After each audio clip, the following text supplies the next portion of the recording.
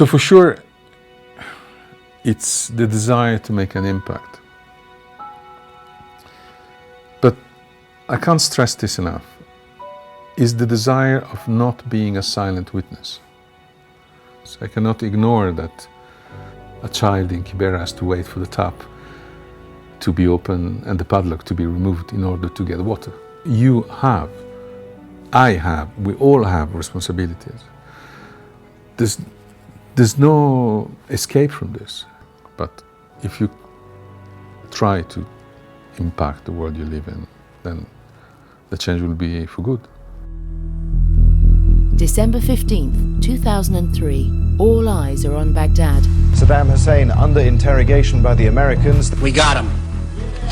Saddam Hussein's capture dominates news around the world, but on page 18 of The Guardian is Marco Longori's picture of the girl he photographed by the tap in Africa's largest slum. The photograph was seen by Duncan Goose, and the story of the Kiberan girl without access to clean water would change his life and the lives of many others in a way unimaginable to Marco when he took it. It was that photograph that inspired me to start the One brand and give away all the profits that we make to funding clean water projects in developing countries. So although we've changed 2.5 million people's lives over the year, there's always been that kind of nagging thing at the back of my mind that the girl that inspired me to start this, I've never spoken to her, never met her. And I think that became a bit of a compulsion to find that one girl in that photograph and see what had happened to her life over those 10 years and whether there was some way that we could perhaps change hers too. In June 2013, with the milestone of £10 million donated on the horizon, Duncan decided to try to complete the circle and find the girl from the photograph that had started everything. But this would be no easy task. Kiberan is a sprawling network of largely unmarked backstreets, containing a population of nearly 1 million. With so much time elapsed, would anyone even recognise her? And with huge migration in and out of Kiberan, would the girl be living there still? Or even be alive? The search would be led by Ian Spooner, Marketing Director for One, and Toby Richards, a filmmaker and long-term collaborator of the One Foundation. Humandi Trust, a local NGO, had offered to help with the search, and in September 2013, they thought they had located the district the pump was in. Ian and Toby were in Kenya a month later, so they extended their trip to go and see Kiberan for themselves. In the background here is what we think might be the pump as it is now, but as you can see, it's a little different. It's quite a lot different, isn't it? It's quite a lot different. Just come, they are getting it. They're saying the butchery was there, the water point was there.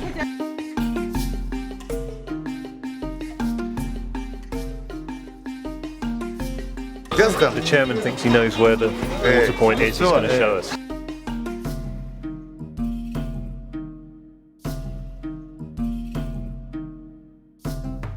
Ever get the feeling we're in Alice in Wonderland? Just go and see. He come, he's here. The one who's been selling water here. Come here, look. We've kind of concluded that it can't be the right pump. The added complication, which is very much a cultural thing, is that everyone wants to help and everyone wants to be right. So as soon as you make a suggestion that we might be in the right place, everyone wants us to be in the right place, and they try to say what we want to hear, basically. The questions that we're asking need to be posed in such a way that they're not leading in any way whatsoever. Today has just been one of the most intense experiences I've ever had, and we got in quite a bit deeper into the back street, 500 metres or so away from the main street. The investigation is clearly tricky, and we are looking for a needle in a haystack. So on the face of things, it would seem impossible. By the end of day 2, and several miles of Kiberan's anonymous streets covered, there was still no sign of the pump. One thing, however, had become very clear. Water was as much of an issue in the slum as it had been in the arid part of Kenya the team had just come from. There are so many issues in Kiberan on water. You'll get pipes, the black pipes. We call them the PVC pipes. Most of them would pass along the road, along the drains. So every time a car would come, it might burst the pipe.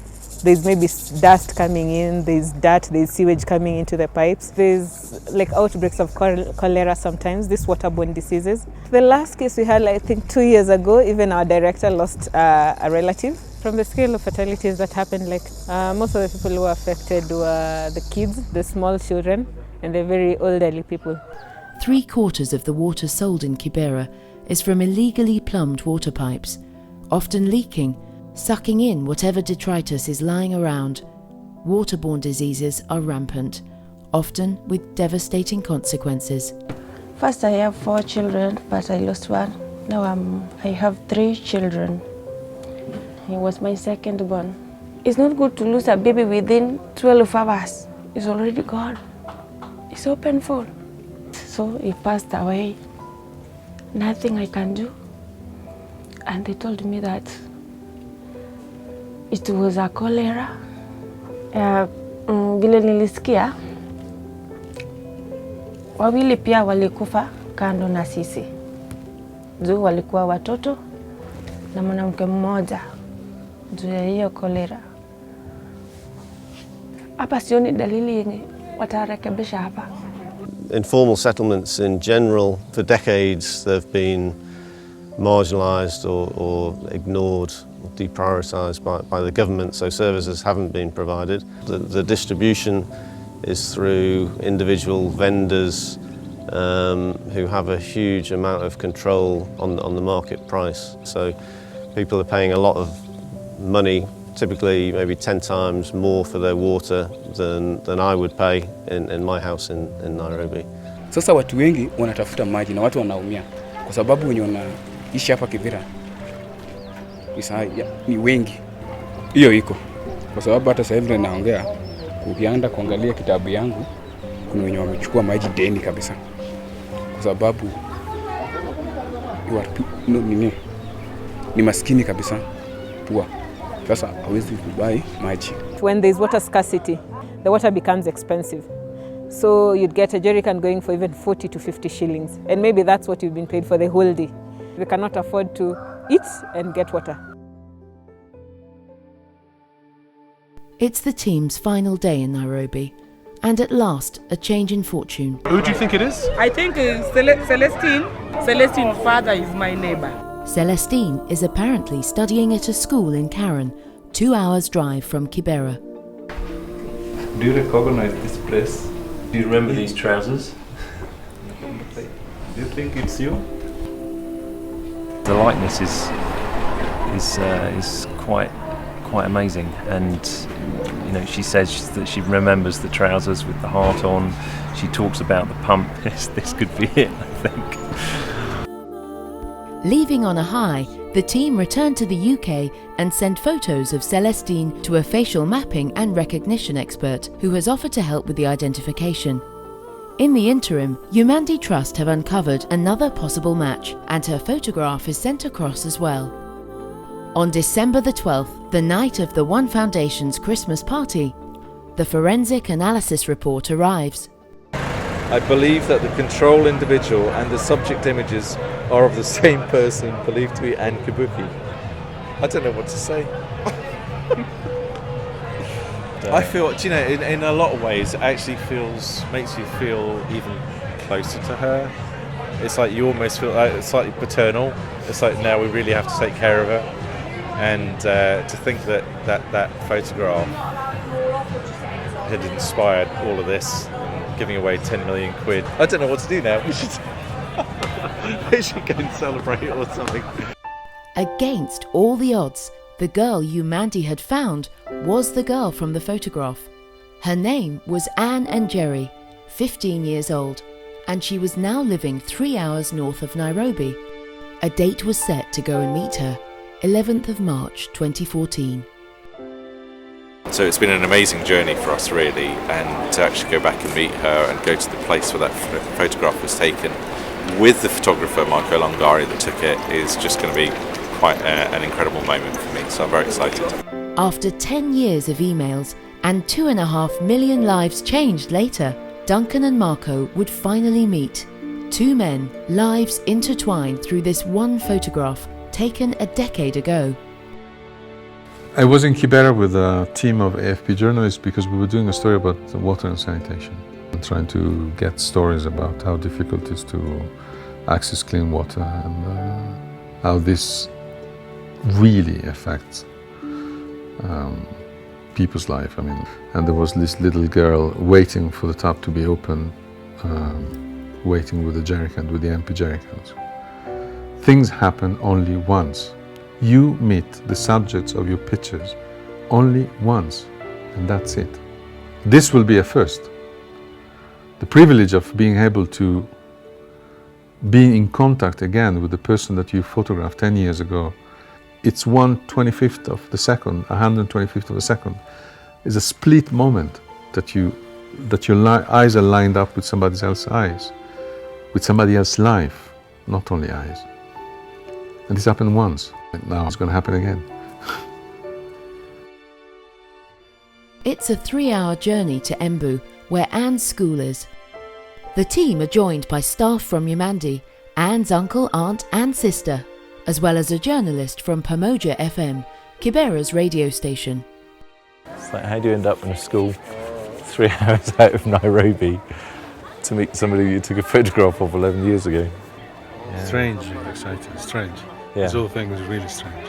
Yeah. Strange. At the end of the day, we go down to this. Yeah. Excuse me? Yeah. The principal is saying you can go ahead. Okay. Yeah. All right.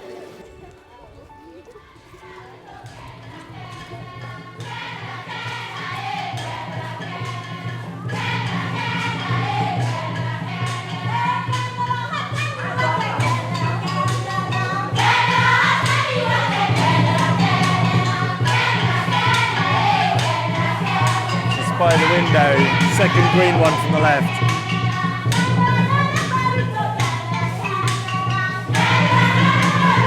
So red, green. Yeah.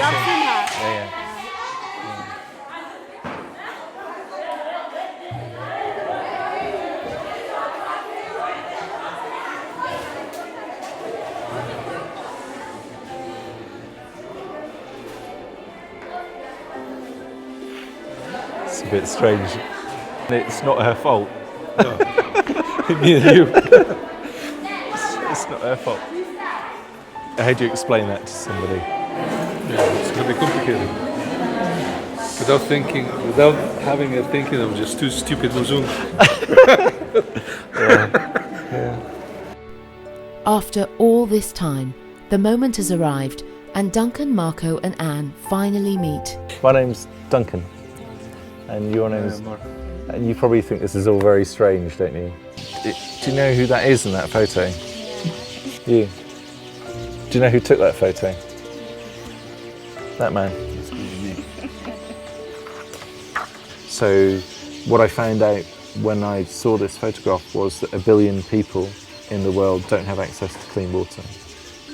But if I could change one person's life, then that would be a good thing. Yeah. And all because of this photograph that inspired me to do it.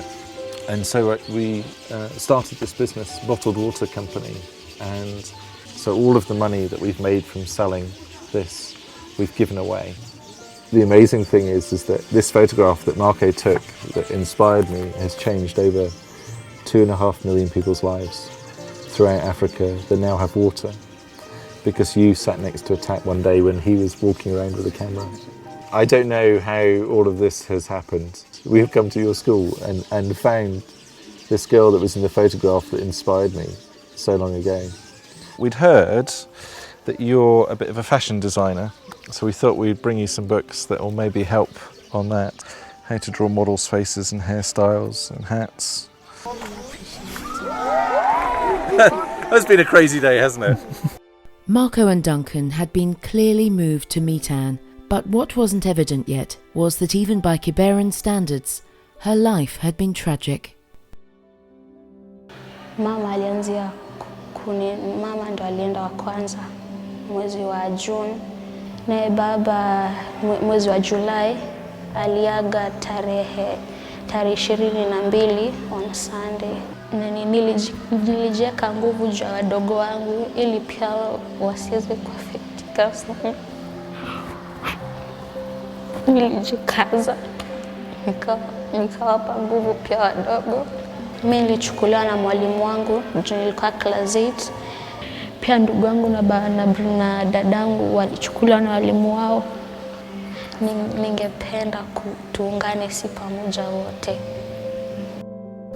Aunt's mother was, well, with that epilepsy, she was out in the morning, but with the process she was trying to cross a stream and the epilepsy took hold of her, and in the process she fell into the water in one of the drainage places. She drowned. 30 days later, the father passed on. My wife here, Karo, we had to take over the responsibility. Oh, sorry. A minute. Okay. Yeah. I think I can manage. In fact, it's quite extraordinary how Moses and Carol have been managing, because on top of their own child, they had also adopted 2 from their siblings after they had passed away. Taking in Anne after her parents had died had pushed them to the limit, and sadly, they just weren't able to take in her siblings as well. It's been an extraordinary 24 hours, and emotions are running high. There is an hour left till Marco flies back to Johannesburg. This is the last piece of the jigsaw, and the team have returned to Silanga, looking for the water point from the picture. I remember that construction. Now that I see it, I can place it. I walked up and I see the pagoda of the church.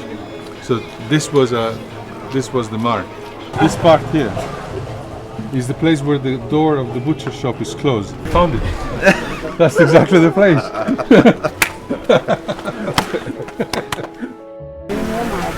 It's been such a fight from day one to do this.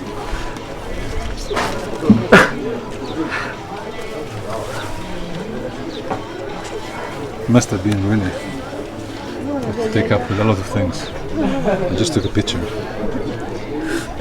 It's cost me so much, but I've always believed in doing it because there are so many people in the world that are struggle with this on a daily basis, and I think that I only got to realise that because of this photo. I'm rubbish at being emotional, but it's actually quite good to be emotional.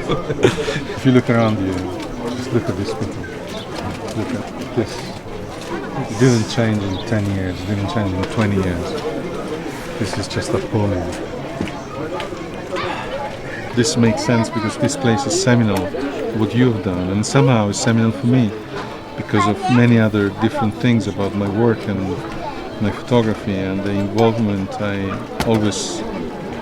the engagement that I always felt towards the people I was taking picture of.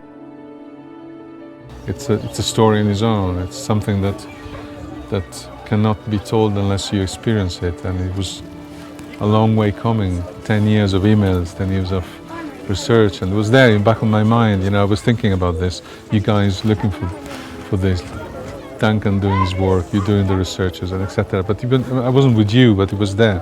The Anne in my mind was something distant and far away. Now Anne is present in my story as a photographer, as a human being. It is a seminal experience to be here, because this is a new foundation of a new way to look at my work. I cannot stress this enough. This is an incredible, incredible privilege. It's very difficult to imagine for me what my life will be like tomorrow. Perhaps the first 10 years have been the first chapter in that story. And perhaps the next 10 years will take us in a new direction. But I'm certain that Kiberan will always be part of my life going forward, and Anne and her extended family will always be part of it.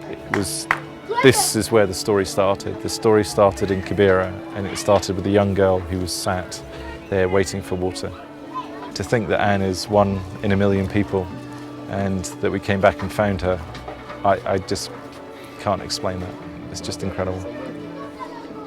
To meet Anne, to have found this one girl, this person that inspired me, was just the most amazing experience. I feel a personal commitment to make sure that she is taken care of, to make sure that her family is looked after. But the sad reality is there are still close to 800 million people in the world that have no access to clean water, that suffer the same problem that she had as a child. We need to find new ways of getting people out of this cycle of living with contaminated water or no water at all.